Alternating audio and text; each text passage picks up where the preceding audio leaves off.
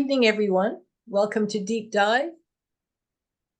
This is a monthly online webinar sponsored by First Things First Okanagan here in Penticton. We try and present different perspectives on climate solutions for our communities and the world. So tonight, there's a lot of interest in speaker Cory Davis. First, though, I'd like to acknowledge that we're on the traditional and unceded territory of the Okanagan Seal people, and we're very grateful to live on this beautiful land. If you're close to the Okanagan or to Vancouver, there's an opportunity to attend the talk Shaping Climate Justice Through Indigenous Knowledge with Jeanette Armstrong and Christine Winter from New Zealand. The discussion will be moderated by Naomi Klein. So it's a wonderful opportunity to hear Jeanette, who is Penticton born and bred. She is Syilx Okanagan. She's a traditional knowledge keeper. And I think if you've attended Deep Dive before, I've talked about a lot of events that take place at Inauken, which is an institute of higher learning that Jeanette and others established here in Penticton. She is associate professor and Canada Research Chair in Indigenous Okanagan philosophy at UBC Okanagan. So it's a wonderful opportunity to hear Jeanette and Naomi Klein and Christine Winter talk about the contribution and knowledge and strength that Indigenous knowledge offers to the climate movements. It's on Monday, March 25th from 2 to 3, so it's live in Vancouver, and it's going to be live streamed at UBC Okanagan, actually in Kelowna at a couple of different locations. Lori's going to put that information in the chat. And tomorrow, all the people attending tonight will receive, there's always lots of discussion and links that come out, references. Lori always sends an email the next day. This will be on it, so you don't need to worry about scrambling for your pen. And any other discussion, interesting discussion notes or references people make, we'll do notes for you tonight, and you'll get them tomorrow morning. So I'm going to pass things over now to Sue Kirschman. Sue, Lori, and I are on the board of First Things First Okanagan, and we welcome anyone that lives in the region that would like to join us in our activities here. Anyway, I'm passing things over to Sue now. Thank you. Thank you, Margaret.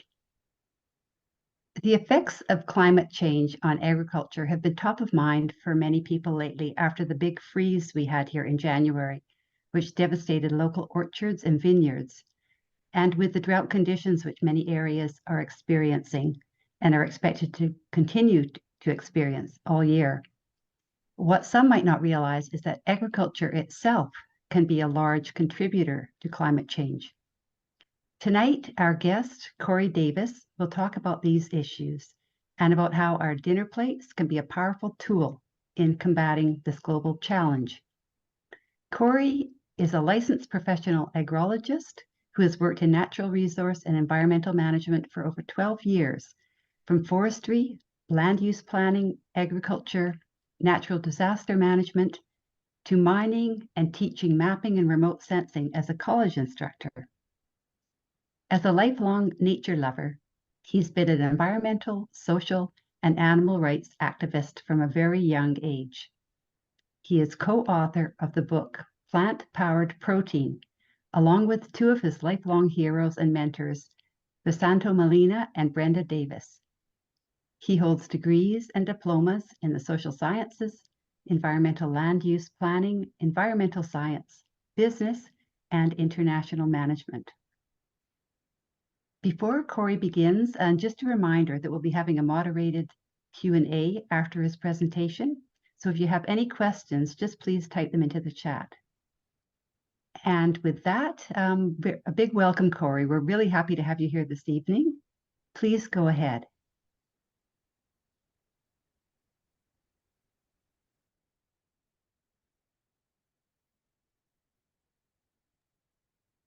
Thank you so much. That was a very nice introduction. I believe I might have wrote it myself. So thanks so much for having me. I'm zooming into you today from the land of plenty, the traditional territory of Comox First Nation, the traditional keepers of this land, situated in what we now call Vancouver Island, where I live as an uninvited guest and presume the privilege to establish a life here, benefit from its land and resources, participate in community, and build a sense of place alongside my beautiful and supportive partner. Grazing the issue, diet, agriculture, and climate resilience. This is an important topic, as in the tapestry of environmental discourse, agriculture continues to remain a neglected thread, a thread that, if pulled, can provide profound solutions to the issues that we'll graze over today.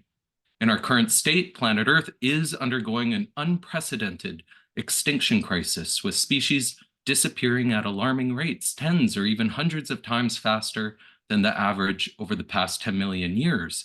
And with decades of activism and science on climate change, in 2023, we released more carbon emissions globally than any other year in history. And according to the latest from the UN Global Environmental Outlook, existing policies are not keeping up with the current pace of environmental degradation experienced today.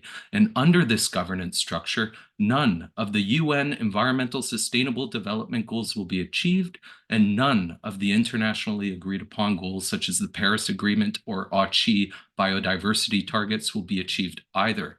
And it's important to acknowledge that environmental degradation impacts our health, spirituality, culture, sense of place, our well-being, and it does so disproportionately, placing a greater burden on minority, vulnerable, and marginalized groups, putting them in more of a disadvantaged position than they were already in, perpetuating socioeconomic disparities more and more intensely. So when we talk about environmental impacts, I want us to always remember to reflect on its human repercussions, our moral duties, and the lives it tragically alters. I like the way Ban Ki-moon put it, that climate change is intrinsically linked to public health, food and water security, migration, peace, and security. It's a moral issue.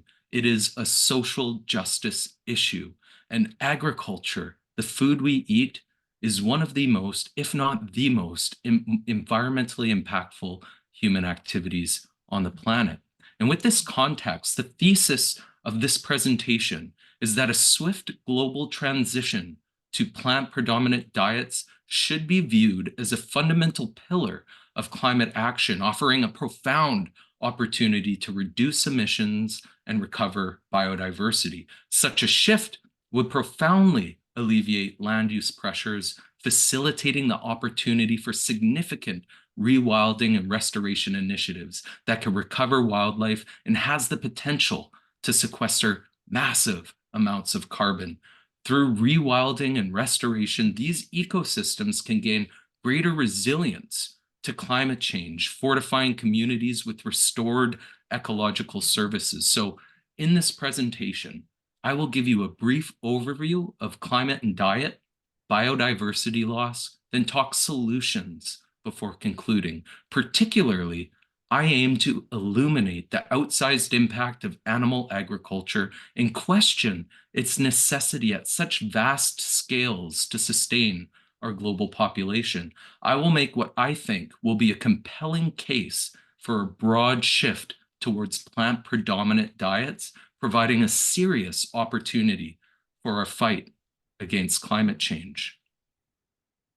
Diet and climate, 65% of all agricultural emissions come from animal agriculture, 23% from rice paddies, and only 12% from all other foods and beverages combined. And using what many believe are conservative estimates, food emissions alone could add nearly 1 degree Celsius of warming by 2100, driven by meat, dairy, and rice production. In other words, food emissions alone will push us past our Paris Agreement target. According to a recent survey from Harvard, there's strong scientific consensus that we should reduce livestock emissions as much as possible to meet climate targets. And to do so, it's important that human diets shift away from animal-based products to plant-based alternatives. These experts suggest that the shift to more plant-based diets must occur in middle to high income countries where the consumption of animal products are the highest, and Canada is no exception, with some of the highest per capita rates of meat consumption in the world. And I view this as ironic, as we are one of the strongest bean and legume producers out there, with a strong and patriotic sector producing high quality, high protein, high fiber, low impact agricultural products, being the world's largest pulse exporter, that's beans, lentils, and peas. Canada is not only able to supply its population with sustainable, protein-rich meat alternatives, but it could be a potential world leader in plant-based transitions. If we're going to reduce the climate impact of our dietary choices, let's take a look at emissions. Animal products supply the world with 38% of its protein. And so for this graph, I wanted to show common protein sources and their climate impact per unit of protein. Grains are the main dietary source of energy, carbohydrates, and plant proteins worldwide, and currently only 41% of our supply is used for human consumption and 35% for animal feed. Some research indicates that by reallocating land currently dedicated to livestock feed and industrial purposes toward the production of human food, we could potentially feed billions more people. So when we look at the greenhouse gas emissions by protein source, we could see that there's a clear trend where plant foods tend to have the least impact and animal products the most impact. Beef emitting 25 times more than tofu, 39 times more than pulses, and 113 times more than peas per gram of protein. Eggs, the least impactful animal product, emits more than twice as much as tofu, 5 times more than other pulses, and almost 10 times more than peas. In short, we can massively reduce the amount of greenhouse gas emissions our diets emit by replacing animal products with plant products, even in small amounts. The FAO suggested in 2013 that animal agriculture is responsible for around 14.5% of our total global greenhouse gas emissions. And this continues to be the most cited estimate, albeit known to be outdated. And to complicate matters, estimates from the literature range widely from 11 to 20%, typically using bottom-up models. More liberal estimates have placed these figures much higher. However, it's understood that many of these conservative models underestimate emissions, as seen on the chart to the left, as they don't match up with top-down measurements, which observe actual methane emissions from the air from livestock operations. Agriculture contributes to greenhouse gas emissions through 3 major warming agents: methane, nitrous oxide, and carbon dioxide. Methane being the largest source, which breaks down in our atmosphere into carbon dioxide and water over time. When first emitted, it's 120 times more potent than CO2, while over 100 years, its global warming potential is just 28 times more potent. Most estimates for greenhouse gas emissions from the livestock sector use 100-year calculations, while some argue we should use a 20-year timeline. I'm not arguing either way here, but regenerative grazing claims it can sequester the greenhouse gas emissions it emits with lighter intensity grazing that uses 2.5 times or more land than conventional grazing. Cows eat the grass, emit methane, and the ecosystem sequesters carbon into the soil, but it doesn't sequester methane, which is dreadfully more potent than carbon dioxide. And we need action on agricultural emissions now, drastically reducing it over the next 10 years, not 100 years. So when we talk rapid climate action, we need to think about methane costs over the short term.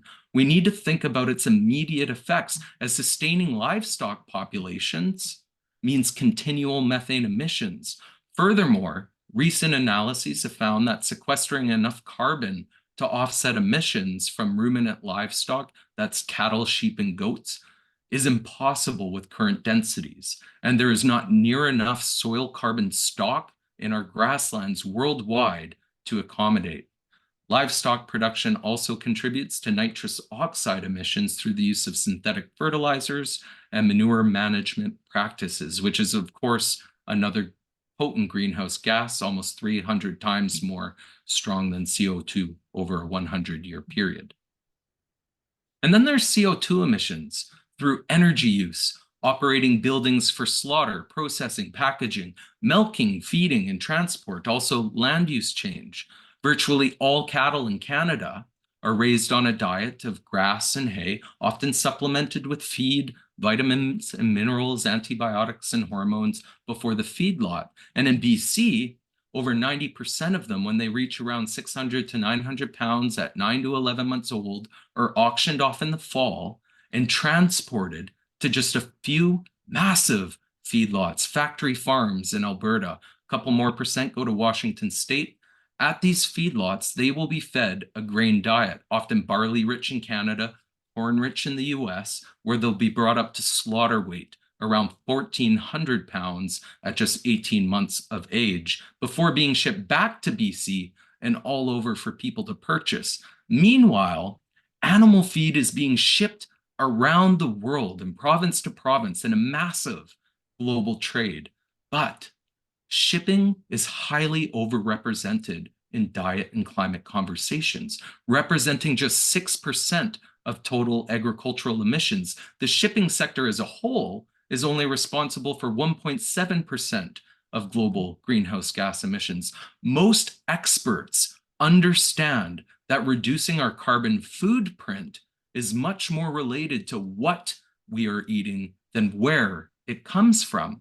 You know, switching from a regular car to a hybrid can reduce emissions from your vehicle by 46%, whereas switching from a meat-rich diet, the Canadian diet, to a plant-based diet can reduce your food emissions by 75%, according to recent analyses. With that said, burning fossil fuels for road transport is responsible for about 12% of our total emissions, less than animal agriculture. So if we're being serious about reducing emissions, as much as we hear drive less, ride your bike, car share, walk, which I agree with and promote, we should also be hearing with at least the same veracity, frequency, and passion, eat less meat for those same reasons. But you might be saying, what about all those fake meats people are eating? Processed in factories, what is their footprint? Well, most meat is produced in factory farm, factory slaughterhouses, and factory processing and packaging plants, but sure. This data, collated by Good Food Institute, was published from industry life cycle assessment studies. Due to different methodologies, we shouldn't compare this data with the previous graph or even from row to row. But as you can see, plant-based meat alternatives show massive opportunities for greenhouse gas reductions in the agricultural sector. Mushroom protein, pea protein, soy protein, these are all viable alternatives to meat with just a fraction of the climate impact. But you might be saying, most of the soy grown is large, monoculture, industrial, Roundup-ready Monsanto, genetically modified garbage, which is known to be environmentally destructive. Anyone claiming soy is a green alternative, they have no idea what they're talking about. And worse yet, over the past 50 years, soy production has doubled, driven by a rising demand of meat. Check out the tofu on the shelves of your local grocery store. The vast majority of tofu there will either have a non-GMO or an organic label. This is not Monsanto Roundup Ready soy. If you really want to support industrial soy, eat meat, because 76% of soy grown worldwide is used to feed livestock, mostly chickens and pigs, a small amount to cattle. This is not for human consumption soy. 4% goes to industrial uses like biofuels, 13% oils, less than 7% is used for tofu, soy milk, tempeh, or soy meat products, and ends up mostly in Asia, of course. If you want to reduce your contributions to these kinds of industrial crops, eat less meat. But it's not just soy crops. As Unearthed and the Swiss NGO Public Eye found when they analyzed industry data on pesticide use, animal feed for livestock is the lead driver of hazardous pesticide demand globally. Without a doubt, The livestock industry is a significant culprit in the production of resource-intensive monoculture, environmentally taxing plant farming. Plant-based diets thus present us with an opportunity to alleviate some of the intensity of our cropland operations. And currently, only half of the world's crops are used to feed humans directly. 38% are used for animal feed and 12% for industry. Only 50% of crops go to feed humans, while supplying 83% of our global calorie supply and 62% of its protein. Plant protein and eating plants directly is not only less carbon intensive, it's a more efficient use of our cropland. It has a much lower land print, no need for pasture either, which means it requires a much smaller amount of land use conversion, i.e. habitat loss to produce, which leads me to biodiversity loss.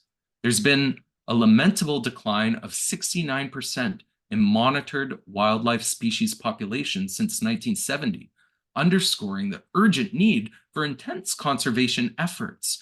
And although climate change is a background factor in the global extinction conversation, it's not the driver, but is a stark warning.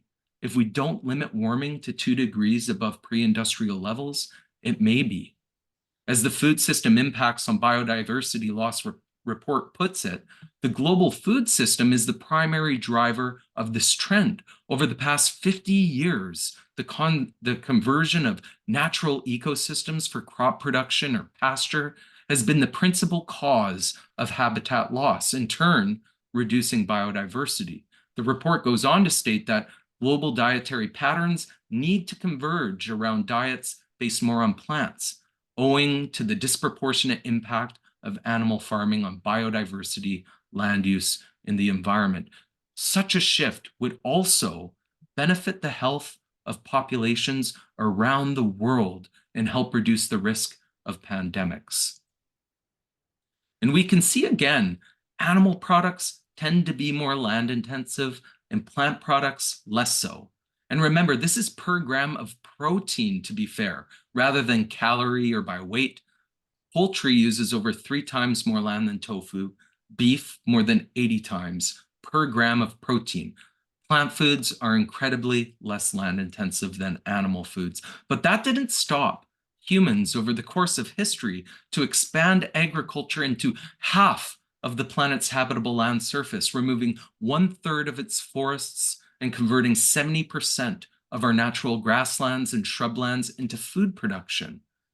There is as much land used for livestock farming alone as there are forests left in the world. One of the loudest arguments we hear about the necessity of livestock grazing is that without the use of pasture, we would need to expand cropland to accommodate.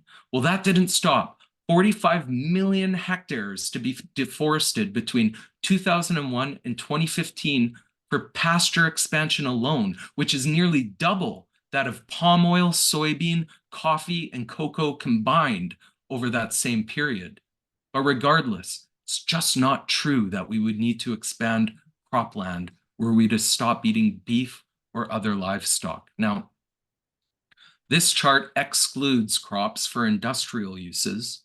So out of the crops that we use for food purposes, 57% is used to feed humans and 43% livestock, about 1.2 billion hectares in total.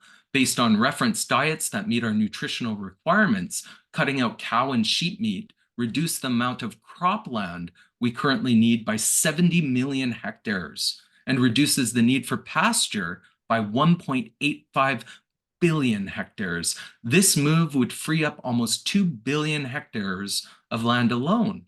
Cut out dairy, and you reduce the need for cropland by another 70 million hectares and cut out the need for pasture entirely. Go vegan, and we could save a total of 240 million hectares of cropland, reducing our agricultural land print used to feed the planet by 75%.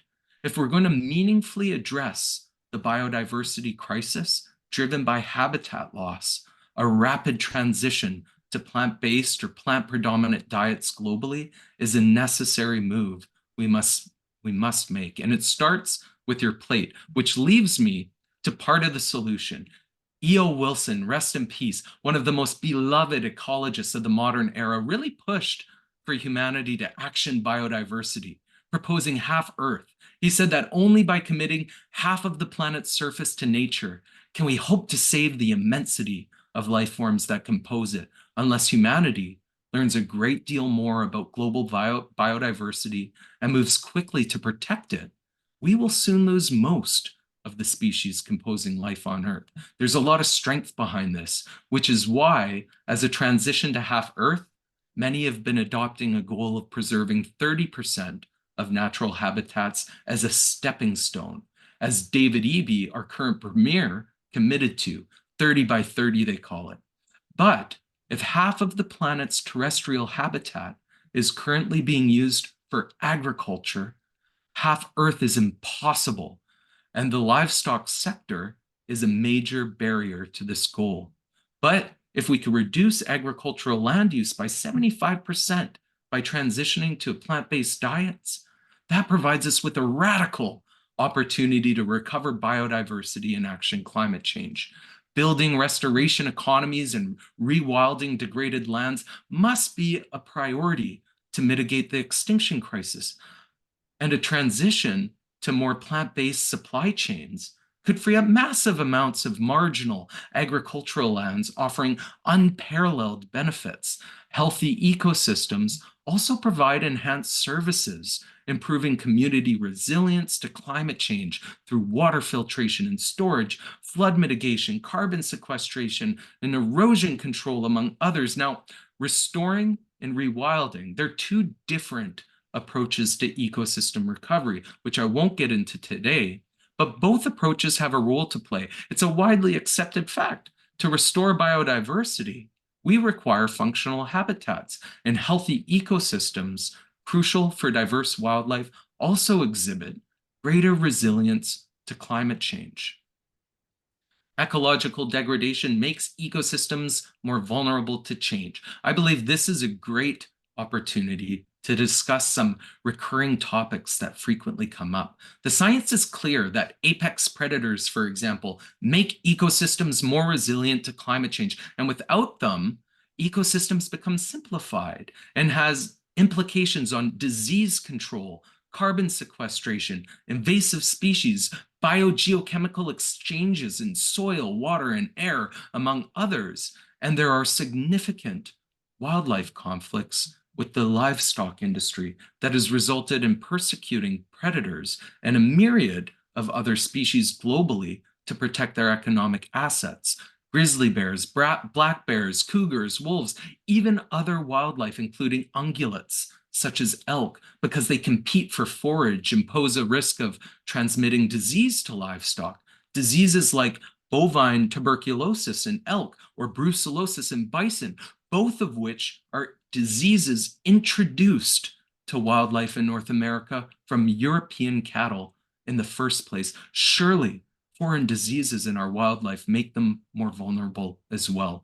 But you can't blame farmers. We don't want to blame people. Even though 89% of agricultural subsidies in Canada goes to the livestock industry, ranchers, for example, are often breaking even or taking a loss, and the predation of just one animal can be impactful to their bottom line. They're protecting their livelihoods. It's often claimed that grazing is an essential service livestock provide to ecosystems that have co-evolved with native grazers. But from my perspective, it's not providing a service. It has stolen an important ecological niche from a native animal's habitat. For example, cattle have replaced bison in the Great Plains, which are purported to mimic bison on the landscape. However, not perfectly. In brief, cattle are less drought tolerant, less tolerant to the sun, tend to hang out more near water, which impacts riparian vegetation, fish, stream bank erosion, have different forage preferences, which influences plant communities. And bison migrated vast distances each year, whereas cattle do not. And because they're so tightly managed, we need roads, fences, trails, corrals, barns, and other infrastructure to support it. Furthermore, the industry desperately protects its livestock from predators, often fatally, and are compelled to remove dead cattle from the land. Naturally, when a bison was killed by a predator, it created a small ecological hotspot. As its carcass decomposed, it deposited its nutrients on the land. These ecological hotspots created heterogeneity in the landscape, accommodating further biodiversity. And through predation and scavenging, apex predators and mesopredators disperse nutrients on the land, ecological services removed by the livestock industry. But west of the Rockies in BC, there were no bison. There were no parallel species existing here that cattle can claim to mimic. Regardless, prior to colonization, there may have been 30 million wild bison in North America, now replaced by 100 million cows. We are rapidly replacing wildlife with livestock at a terrifying rate, to the point where only 4% of mammalian biomass on Earth are wild mammals, just 2% of which are land mammals, and 62% terrestrial livestock. This doesn't include chickens or birds, a figure that I find all too soul-crushingly disturbing. But through pointed efforts, we can help wildlife make a comeback. There are many success stories. In Europe, for example, as you can see on the diagram to the right, one very important change that allowed for this kind of recovery to happen in Europe was improved land use efficiency for food production, resulting in the ability to use freed up agricultural land to accommodate wildlife. I hope you can see the massive opportunity for biodiversity recovery in front of us. A transition to more plant-predominant diets and supply chains could free up massive quantities of land for rewilding and restoration purposes. But rewilding and restoration can also have massive benefits for carbon sequestration as well. You know, I talked about direct emissions from agriculture, I talked land use, but I didn't touch on the opportunity carbon cost of converting forests and other ecosystems to livestock operations. Several studies have now asserted that not only have we underestimated the carbon sequestration potential of land use for agriculture, but that by transitioning to a plant-based diet and rewilding and restoring the land spared, we could sequester massive amounts of carbon emissions. This study, for example, found that a rapid phase out of animal agriculture would free up lands able to sequester 15 years worth of emissions over the next 30. This not only removes livestock's contribution to the emissions, but the carbon sequestered can help stabilize the climate over the next 30 years, granting us the time desperately needed for the transition to a low carbon or net zero economy in order to meet any of our climate targets or biodiversity goals. In summary, we talked about the role of agriculture in both climate change and biodiversity loss, and how animal agriculture in particular has a disproportionate impact on both. Then I made the case that a rapid transition globally to a more plant-predominant diet driven by countries like Canada provides massive opportunities for humanity in our fight against climate change and the extinction crisis. You know, people are often interested in plant-based diets for religious reasons, health, environment, culture, but we're also living in a world where billions, upwards of 100 billion social, sentient individuals with maternal instincts are killed every year in slaughterhouse hellholes where the mephitic air thickens with the weight of their terror and the walls echo with silent screams. Not only is diet a critical component of environmental action, it's also a kind and compassionate one. As Mahatma Gandhi once said, in a gentle way, you can shake the world. And I agree, even little things like what we put on our plates can be so impactful. So for my call to action, let us embrace the transformative influence of our consumer power. By reducing our reliance on animal agriculture, we have the potential to sequester vast amounts of carbon, stabilizing our climate to buy crucial time for the transition to a low-carbon economy. This shift will not only help mitigate the impacts of climate change, but also free up agricultural lands, to restore biodiversity and combat the extinction crisis. Together, we can make a difference. Let's align our personal dietary choices with our values and our goals as we stand at the crossroads of ecological crisis and opportunity. Remember that each meal is a vote for the world we wish to inhabit, a world where sustainability, compassion, and resilience are not just ideals, but the very foundation of our existence.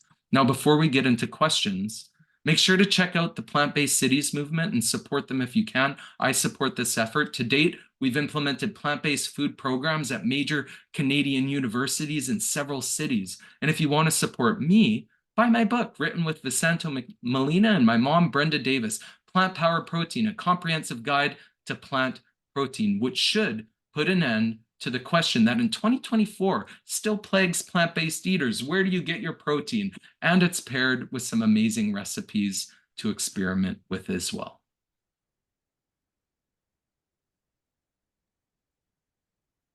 Fantastic. Thank you very much, Cory. If you're like me, I think people on this, hearing this tonight, I'm going to look over your video again when I receive it tomorrow. There is so much information. I really appreciate how you've synthesized not only facts about agriculture, but also biodiversity loss. This is a tremendously impactful talk you've given. And I know that we have people participating from all over BC and perhaps wider. And so I encourage people, if you want to have this same presentation to your community, invite Cory to address your group, because he's obviously developed a tremendous presentation. I have just a few questions, and then maybe if there's time, we'll perhaps open it up to have people speak to you. Someone has asked, how can we reduce meat production when culturally meat is so strong in so many areas of the world? My goodness, what a difficult question. I place the burden, just as the experts did in that Harvard census, on middle to high income countries. And there's a lot of meat alternatives out there that we could use. For one, I make steaks out of lion's mane mushroom, gluten and mushrooms, gluten beans, make all kinds of stuff. I think that by replacing meat with plant-based alternatives, even in small amounts, opens up the door to a new culinary world that you haven't experienced. It's an exciting journey. So I hope that people in high-income countries can embrace such a transition. And now the technology is getting so great for plant-based proteins that I'm sure that some of those transitions will be easier. We often see pushback from fossil fuel industries trying to prevent big climate conferences from having stronger wording about where we need to go. Is there the same pushback from the livestock and agricultural sector in weakening statements about the importance of switch in diet and agriculture in terms of climate impact? Yes, I wouldn't say that all messaging is, but there is documented cases of the livestock industry, the big industry. We're not talking about our ranchers, our neighbors, wonderful people. Some of my favorite people on the planet are ranchers. We're talking about the big industry here who are buying it at the auction. They've used documented use of big tobacco tactics, big oil tactics, using the exact same consultants and firms who whitewashed or greenwashed climate change for the oil and gas industry, doing the same thing for big beef. And so definitely encourage you to look that up. Great, thank you. Now, someone has asked, is it not easier and more likely to ask everyone to first cut down on meat, like say, 5 to 7 days, someone is suggesting. So taking small steps towards decreasing carbon footprint. What's your thoughts on that? 100%.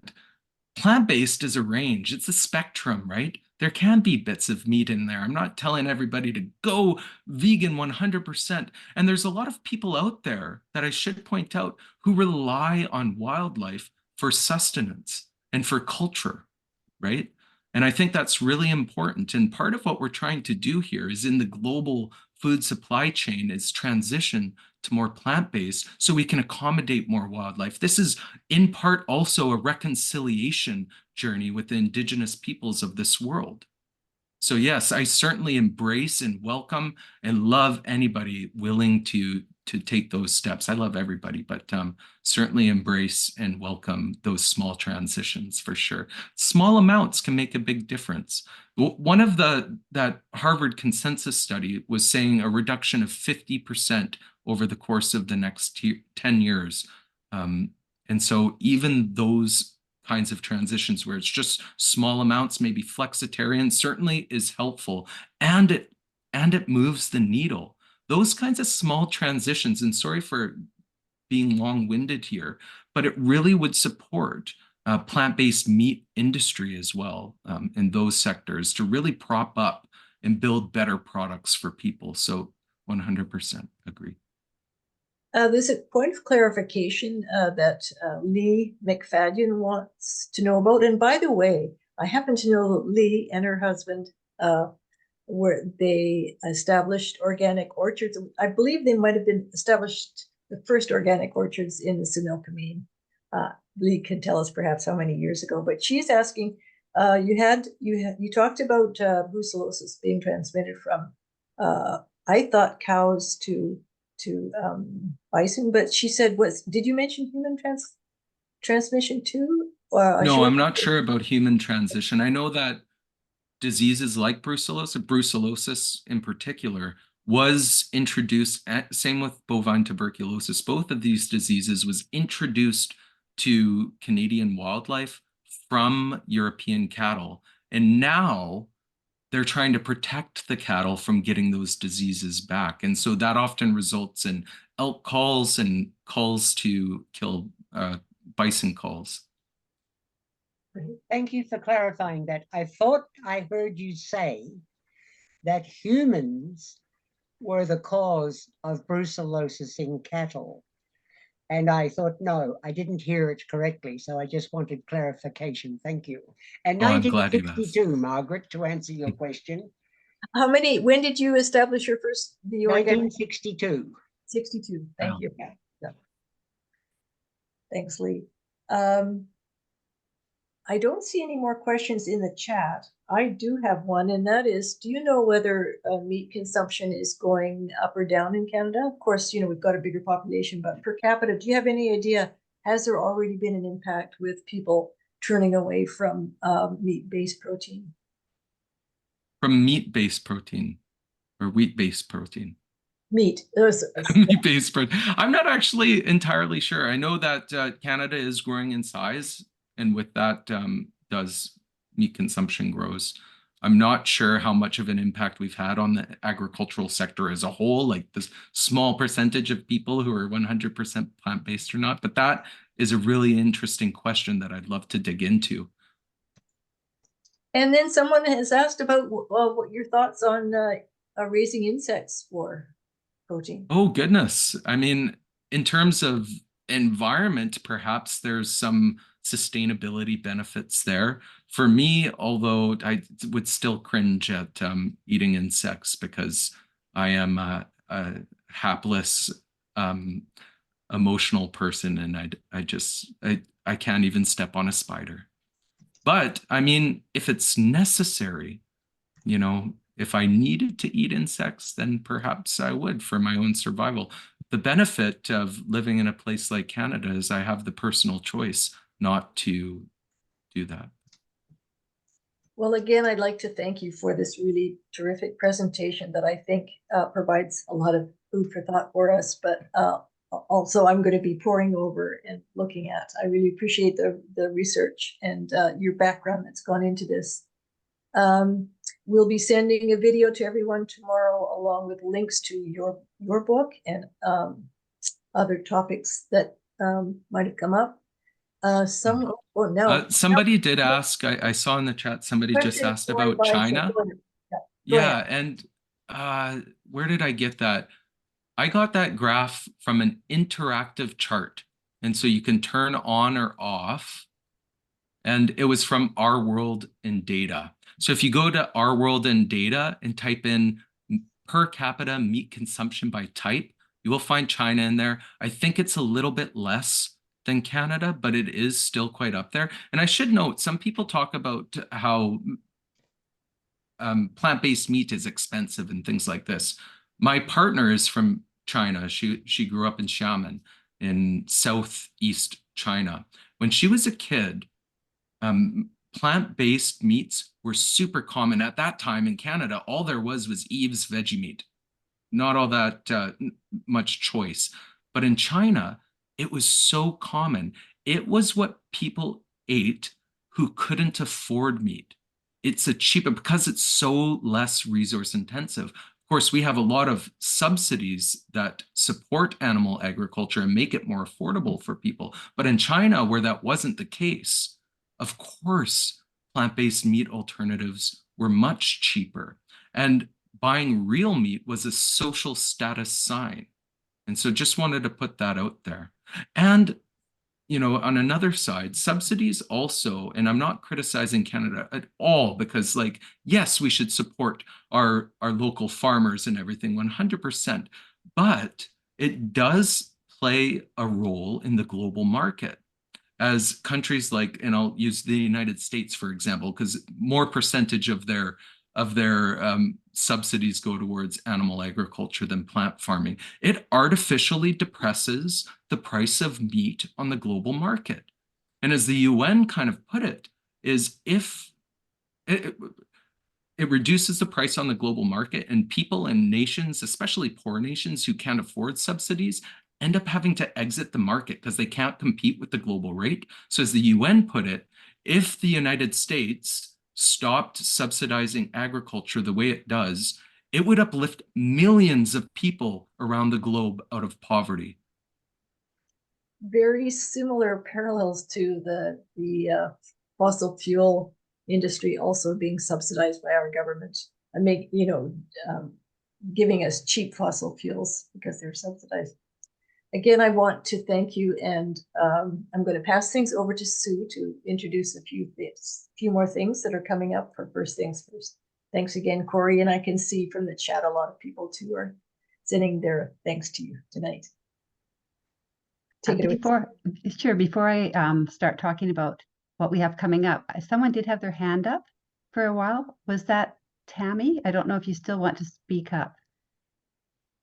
Oh, sure. I'll say something really quick. Thank you.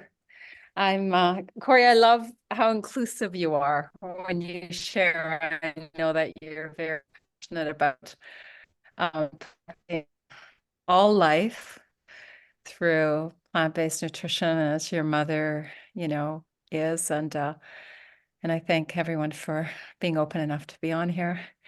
And yeah, I think that there's a lot of things that are happening right now that are really trying to hoodwink us, and one of them is like,